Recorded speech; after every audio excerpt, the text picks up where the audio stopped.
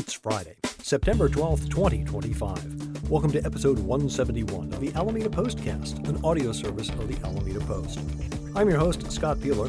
In this edition of the Postcast, APD keeps busy. Students stage a walkout, a preview of the next city council meeting, job and volunteer opportunities, farewell to a local restaurant, plenty to do this weekend, and yours truly gets ready to hit the airwaves. These stories and more on this episode of the Alameda Postcast. Our top story. Last week, we reported that the Alameda Police Department had successfully busted an illegal gambling ring. They chalked up a couple more wins, one with the help of an unlikely partner. Last week, a child living in the 2800 block of San Diego Road on Alameda Point was awakened by the sound of someone trying to enter their home just after 3 a.m. According to an Alameda Police Department report on Facebook, the child stayed calm, hid, and called 911. The child didn't know their exact address, so APD dispatchers stayed on the line to figure out the location. While the call was taking place, other family members woke up and confronted the intruder. Another child then spoke to dispatchers, providing additional details. APD stated, quote, "Within minutes, officers arrived and found the suspect hiding in a nearby yard. Nothing was taken from the home, and the person was arrested without further incident and transported to Santa Rita Jail." End quote. One resident was treated by Alameda Fire Department for a minor cut after stepping on broken glass. In recognition of their bravery and actions, the children who made the call will be honored at an upcoming APD awards ceremony. Story at alamedapost.com/news. In a post to APD's Facebook page on Thursday, the department noted an arrest in a very concerning subject area. As the post noted, quote, "Over the summer, the Alameda Police Department dedicated an officer to investigate tips regarding cybercrimes against children. Last month, one of these tips led to the discovery of an Alameda man engaging in concerning online interactions with minors, including the sharing of explicit content and inappropriate online relationships. Through detailed investigative work, the officer was able to uncover the individual's identity and location shortly after launching the investigation. Last week, APD executed arrest and search warrants at multiple locations, including the suspect's Alameda residence." End quote. APD reminds parents to stay involved in the online lives of their children. Be aware of apps that are being used, especially gaming apps that include online chat features. Details on this arrest on the Alameda Police Department Facebook page. Last Friday, about 40 high school students opted not to seek lunch on Park Street, but instead marched to City Hall, where they gathered to demand greater safety in schools. The Alameda students were part of a nationwide walkout organized by Students Demand Action in response to the killing of students at Annunciation School and Church in Minneapolis, Minnesota on August 27th. Of course, just this week, America recorded yet another school shooting, this time in Denver, hospitalizing 2 students and resulting in the death of the shooter from a self-inflicted gunshot wound.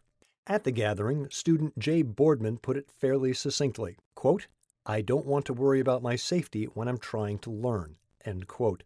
Gene Kahane has the story at alamedapost.com/news. City Council back to business this coming Tuesday, September 16th. 2 main items on the agenda. The first, the city's draft LGBTQ action plan, the result of a May 2025 referral from Council member Tony Desag. Staff worked with all city departments, boards, and commissions to draft the plan. Its goal to ensure Alameda remains welcoming and supportive of LGBTQ residents. The plan includes an extensive list of existing city partnerships, programs, services, and action that the city is already taking. Highlights include the city's partnership with Alameda Pride, LGBTQ-themed books and Pride events in the library, Pride Month recognition, explicit support for LGBTQ+ rights in the legislative agenda, civil service marriages for everyone, and all-gender restrooms installed during renovations. The staff seeks council direction and priorities at this meeting and will incorporate feedback in the updated action plan. Staff also awaiting input from the Library Board and the Recreation and Parks Commission. Also on the agenda, a third amendment to the city's lease with the U.S. Navy for office space at City Hall West. The amendment would reduce the Navy's leased area by 1 room. It also confirms the Navy's non-exclusive use of up to 9 parking spaces at no cost. The lease, which began in 2014, was previously amended in 2016 and 2022 and was renewed through 2029. The Navy does not pay rent. Instead, it pays a prorated share of costs. With this amendment, the Navy's annual payment will decrease by $288.82 from $5,040.72 to $4,751.90. For a full look at how you can get involved and make your voice heard at the council meeting, see Karen Jensen's article at alamedapost.com/news. With online job hunting having turned into an exercise I like to call inhuman resources, there's just no substitute for meeting face-to-face. Your opportunity to do just that is Thursday, September 18th from 2 to 4 at South Shore Shopping Center's Center Court for Alameda's 11th Annual Autumn Job Fair. This year's fair will feature more than 40 businesses, public agencies, and nonprofit organizations seeking to fill over 100 temporary and permanent positions. These positions cover a wide variety of skill levels. Job seekers are encouraged to dress in interview-appropriate attire and bring printed copies of their resume. The 11th Annual Autumn Job Fair is a collaborative effort sponsored by the City of Alameda, South Shore Shopping Center, Alameda County Social Services Agency, and the Alameda Chamber and Economic Alliance. Full details at alamedapost.com/alameda-life. Of course, some folks aren't looking for a job, they're looking for a way to give back. Here at the Alameda Post, we've made that a whole lot easier. If you're looking to volunteer some time but are not sure who needs help, we've gathered that together in one convenient place. Head to alamedapost.com/volunteer. You'll find a list of organizations that could use a hand, descriptions of their missions, and contact information. The list is updated regularly. If you are a nonprofit looking for help, there's also an email link to submit your information so we can include it in the next update. Again, that's alamedapost.com/volunteer.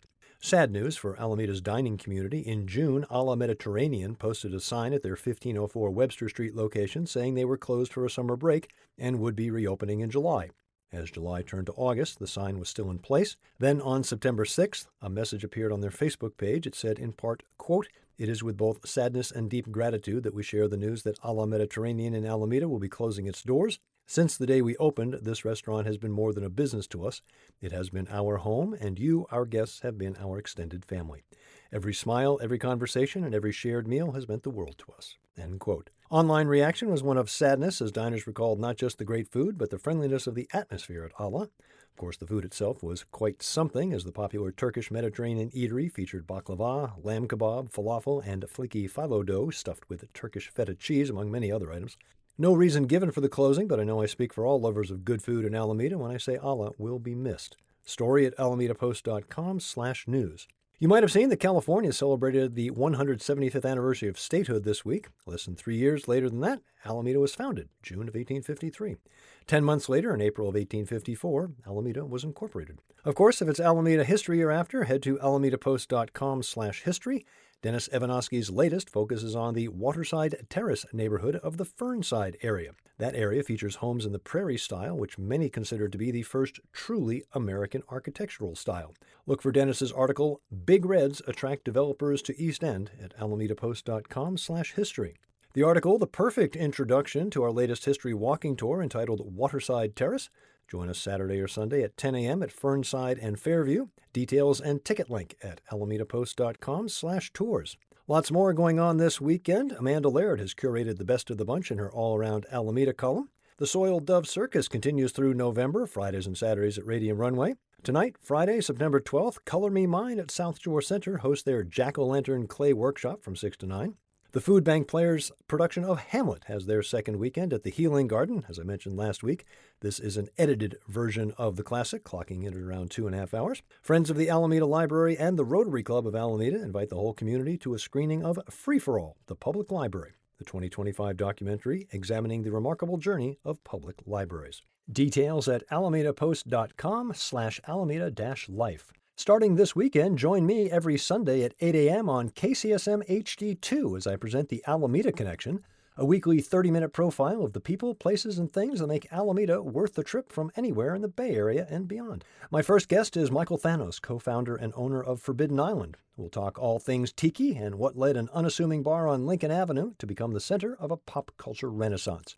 Future guests include Evan Philippi of the Pacific Pinball Museum, Rachel Lee from California Historical Radio, and many more of the people who make Alameda the destination it is. Again, that's Sunday mornings at 8 on KCSM HD2. If you missed the broadcast, it will be available on demand. Follow the show on Instagram and get all the details at alamedapost.com/news. You can help support local news by heading to alamedapost.com/donate. Find us on all the usual social media outlets, and find the Postcast wherever you get your podcasts, or simply tell your smart device to play the Alameda Postcast podcast. I'm Scott Peeler, back next Friday with episode 172 of the Alameda Postcast.